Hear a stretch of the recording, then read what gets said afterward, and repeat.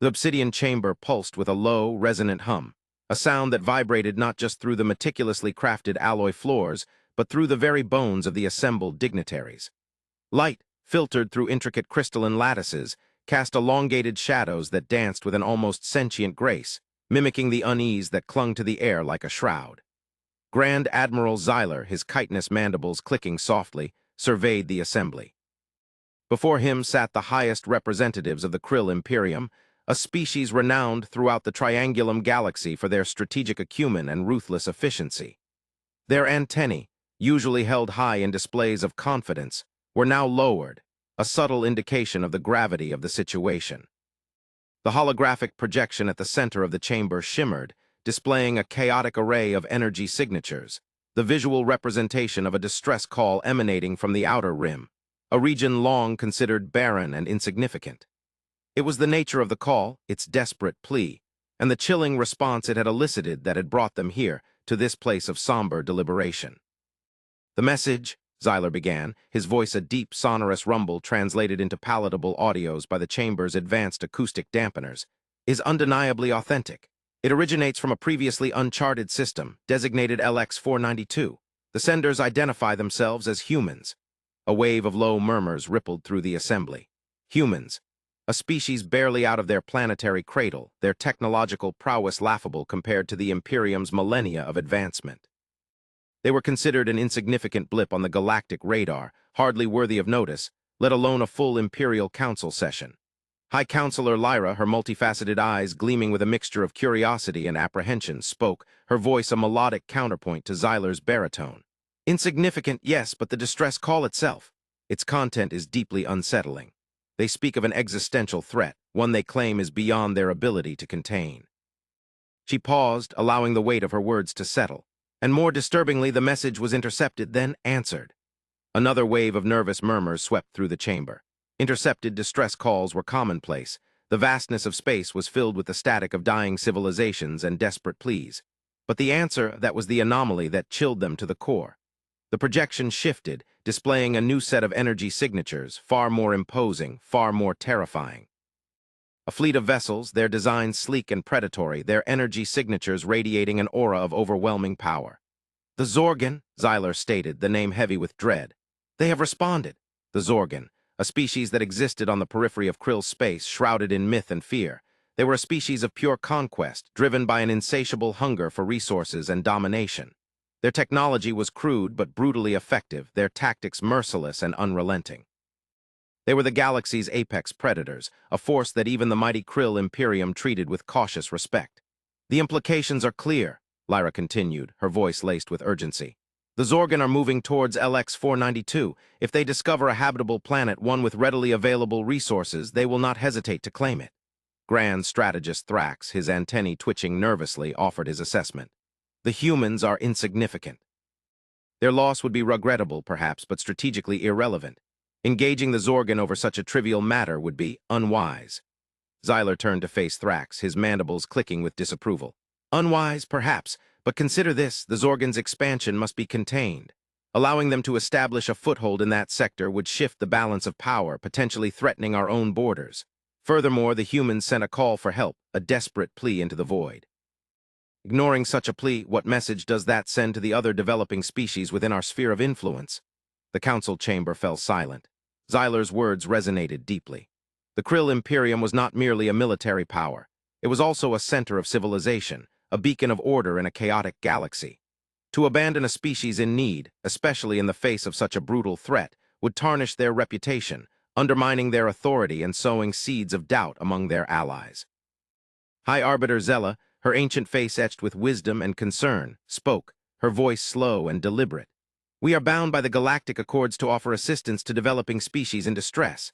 To ignore this call would be a violation of our own laws, a betrayal of our own principles." The debate raged on for hours, the council members weighing the strategic risks against the moral obligations. Some argued for a cautious approach, sending a small observation fleet to assess the situation. Others advocated for a full-scale intervention, deploying a battle fleet to deter the Zorgan. The discussion was fueled by fear, uncertainty, and a deep-seated unease about the unknown. These humans, so far removed, were now the linchpin of galactic tensions. Finally, Xyler raised his hand, silencing the assembly. The time for debate is over. A decision must be made.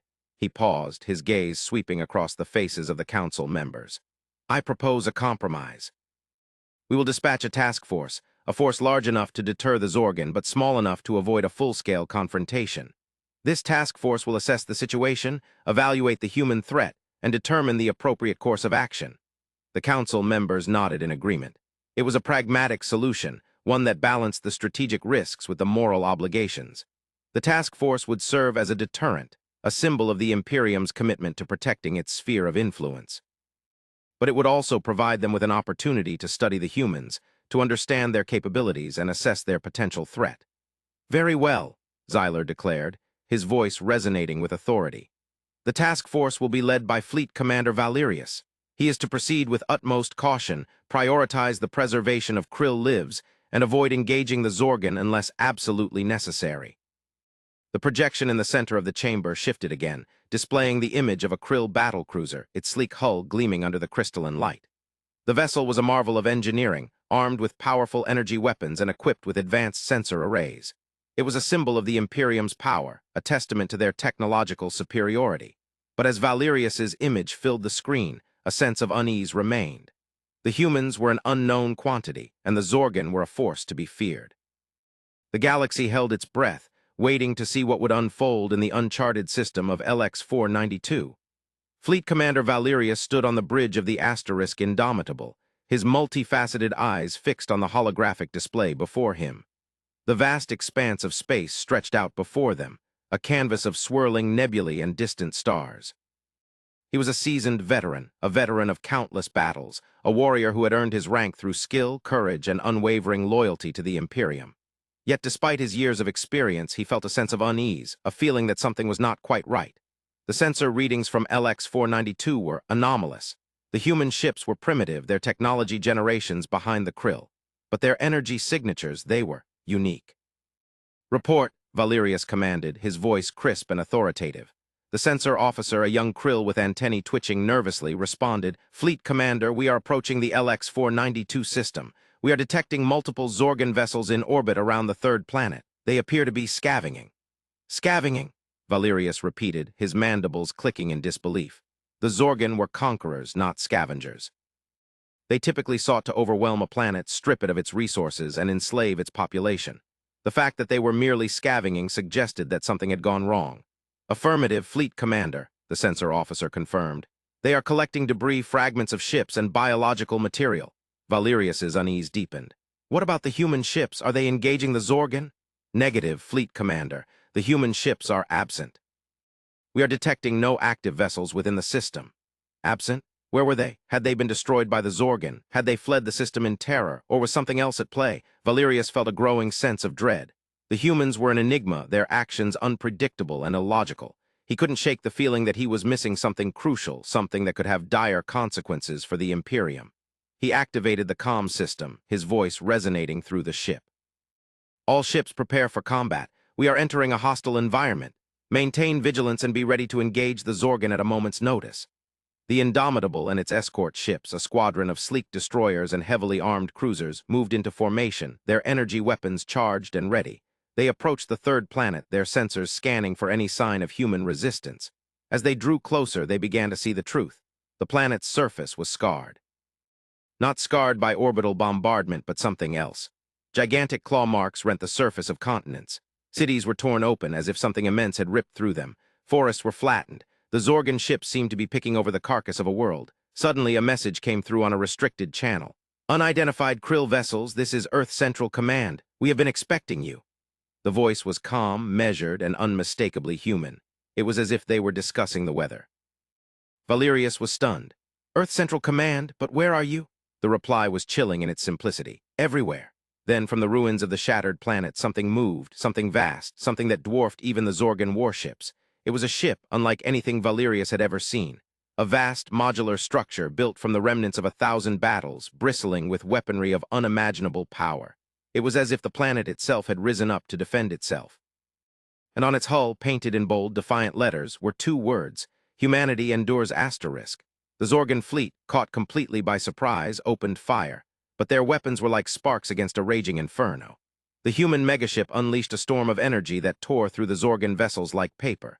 The Zorgan ships didn't even have time to scream. Valerius watched in stunned silence as the human megaship systematically annihilated the Zorgan fleet. He had never seen such raw power, such utter devastation. The humans whom he had dismissed as insignificant were a force to be reckoned with. They were not merely surviving, they were thriving in the face of unimaginable adversity, and they had unleashed something that would change the galaxy forever. The megaship turned its attention to the Krill task force. Valerius braced himself for the inevitable attack, but instead the ship simply stopped. "Krill vessels," the human voice spoke again, calm and measured. "We have no quarrel with you. We understand that you came here in response to our distress call. We thank you for your concern." Valerius was speechless. He had expected hostility, aggression, perhaps even a demand for reparations, but instead he was met with gratitude. "Who are you?" Valerius finally managed to ask. "What are you?" The human voice replied. "We are humanity. We are the survivors, and we are here to help." That was the message relayed back to the Krill Imperium. They are here to help. The council chamber fell into an even deeper silence than before. Help. After witnessing the sheer destructive capability of these humans, it was a concept that defied all logic, all expectations. Grand Admiral Xyler stared at the image of the megaship on the holographic display, his mandibles clicking slowly. He had underestimated the humans, terribly. He had seen them as a weak, insignificant species, a potential target for the Zorgan. But they were anything but weak.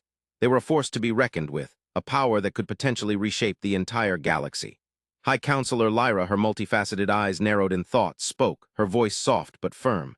"Their technology, it's unlike anything we've ever encountered. Their energy weapons, their shielding systems, they are far more advanced than anything we possess." Grand Strategist Thrax, his antennae drooping with concern, added, "Their tactics are also unconventional. They seem to anticipate their enemies' moves, adapt to changing circumstances with remarkable speed. They are not merely fighting, they are evolving." High Arbiter Zella, her ancient face etched with worry, voiced the question that was on everyone's mind. "What do they want?" Xyler paused, his gaze sweeping across the faces of the council members. "That is the question, isn't it? What do they want? Power, resources, conquest, or something else entirely?" Council members fell silent once more, pondering the implications of the human arrival. They were a wild card, an unpredictable element in the delicate balance of galactic power. Their intentions were unclear, their motives unknown. They could be a powerful ally, a valuable trading partner, or a dangerous enemy. The Imperium had to proceed with caution, to tread carefully, to understand the humans before it was too late. Xyler turned to face the communications officer, his voice firm and decisive. "Establish communication with the human vessel. Offer them our hospitality, our assistance. Invite them to send a delegation to Krill Prime.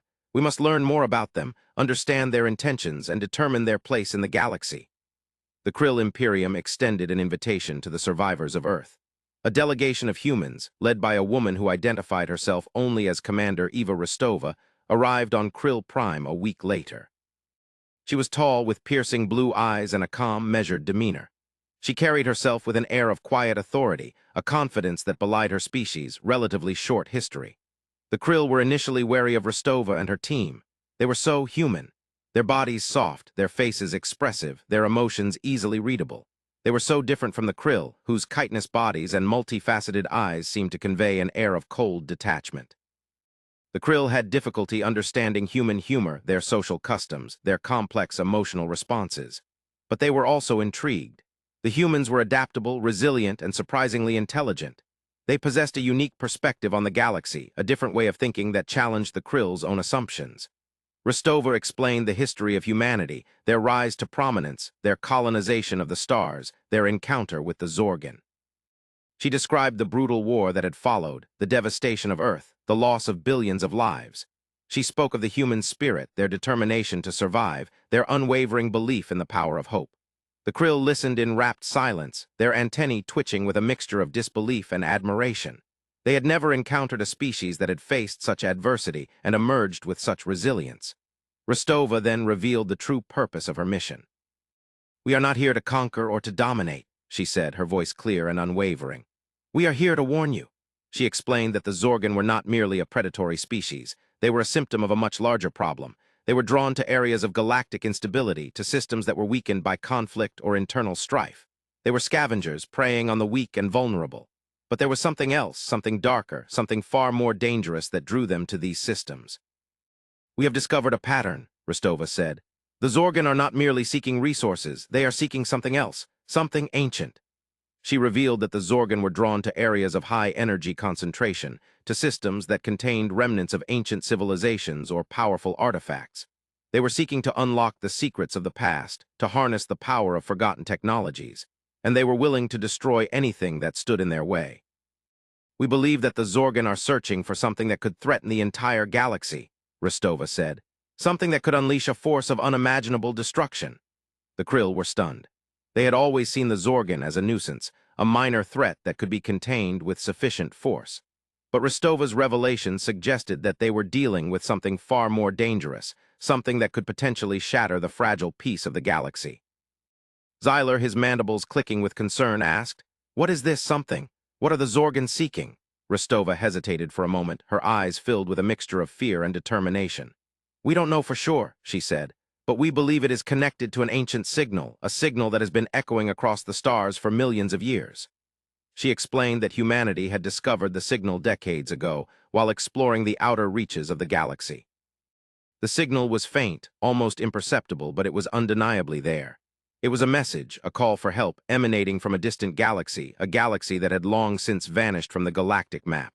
"We believe that the signal is a warning," Rostova said.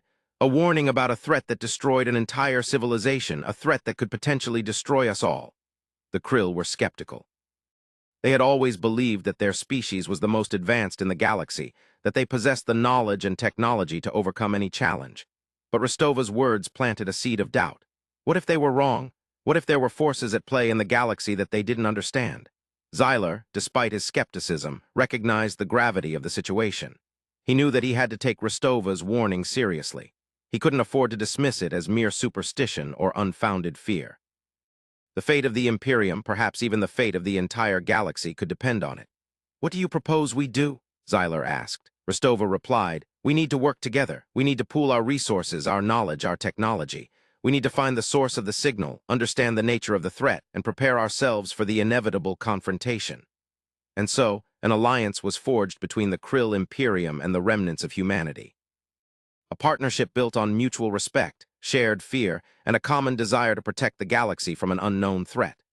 The Krill and the humans began to share their knowledge, their technology, their cultures. They learned from each other, challenged each other, and grew together. The Krill marveled at the humans' creativity, their adaptability, their unwavering optimism. The humans were impressed by the Krill's intelligence, their strategic acumen, and their unwavering loyalty to the Imperium. Together, they embarked on a long and perilous journey, a journey that would take them to the farthest reaches of the galaxy, to the edge of known space, to the very heart of the unknown. They followed the ancient signal, tracing its origins to a distant galaxy, a galaxy that had been consumed by darkness. They discovered the ruins of a once great civilization, a civilization that had been destroyed by a force of unimaginable power. They found remnants of ancient technology, artifacts that hinted at the existence of a reality beyond their comprehension. And they found the source of the signal, a vast, abandoned megastructure, a structure that was humming with a dark, malevolent energy. As they investigated the megastructure, they discovered the truth about the ancient threat. It was not an external force, not a physical entity that could be fought with weapons or technology. It was something far more insidious, something that resided within the very fabric of reality. It was a corruption of consciousness, a virus of the mind that could spread like wildfire, consuming entire civilizations. The ancient civilization had created the megastructure as a defense against this threat, a means of isolating themselves from the rest of the galaxy. But the structure had failed. The corruption had spread, consuming the civilization from within, turning it into a monstrous parody of its former self. And the signal was not a warning, it was a beacon, drawing the corruption to new victims. The Krill and the humans realized that they were facing an enemy unlike anything they had ever encountered. They could not fight it with weapons, they could not reason with it, they could not even understand it. All they could do was try to contain it, to prevent it from spreading to the rest of the galaxy. Together, they devised a plan. They would use the megastructure itself as a weapon, turning its energy against the corruption, creating a shield that would protect the galaxy from its influence. But the plan was risky. It required a level of coordination, a level of trust that had never been seen before, and it required a sacrifice. Commander Eva Rostova volunteered to lead the mission. She knew that it was a one-way trip, that she would not be coming back, but she also knew that it was the only way to save the galaxy. "We are humanity," she said, her voice echoing through the megastructure. "We are the survivors, and we will not let this corruption destroy us." She activated the megastructure, unleashing a wave of energy that washed over the corruption, severing its connection to the galaxy. The megastructure began to crumble, its dark energy dissipating into the void. Corruption, weakened and isolated, began to recede, retreating into the shadows. The galaxy was saved, but at a great cost. Eva Rostova was gone, the megastructure was destroyed, and the ancient threat was still out there, lurking in the darkness, waiting for an opportunity to strike again. The Krill and the humans returned to their respective homeworlds, forever changed by their experience. They had faced the ultimate test, and they had emerged victorious, but they knew that their victory was only temporary. Threat would always be there, a constant reminder of the fragility of existence. They rebuilt their civilizations, strengthened their defenses, and prepared themselves for the inevitable return of the corruption. They shared their knowledge with other species, warning them about the dangers that lurked in the shadows, and they waited, watching the stars, listening for the faint echo of the ancient signal. The galaxy was at peace for now, but the peace was fragile, a delicate balance between hope and despair. And the future? The future was uncertain. Centuries passed. The alliance between the Krill and the humans endured. They had become more than allies. They had become friends, partners, even family. They had learned to appreciate each other's strengths, to forgive each other's weaknesses, and to celebrate their shared humanity. The Krill, once cold and detached, had learned to embrace their emotions, to laugh, to cry, to love. The humans, once naive and idealistic, had learned to be pragmatic, resilient, and resourceful. They had built a new civilization, a civilization that was based on cooperation, understanding, and mutual respect. A civilization that was strong enough to withstand any threat, no matter how great. One day, a new signal was detected. A signal that was different from the ancient signal, a signal that was filled with hope and promise. The signal originated from a distant galaxy, a galaxy that had been long forgotten, a galaxy that was once thought to be uninhabitable. The signal was a message from a new civilization, a civilization that had emerged from the ashes of the old, a civilization that was ready to join the galactic community.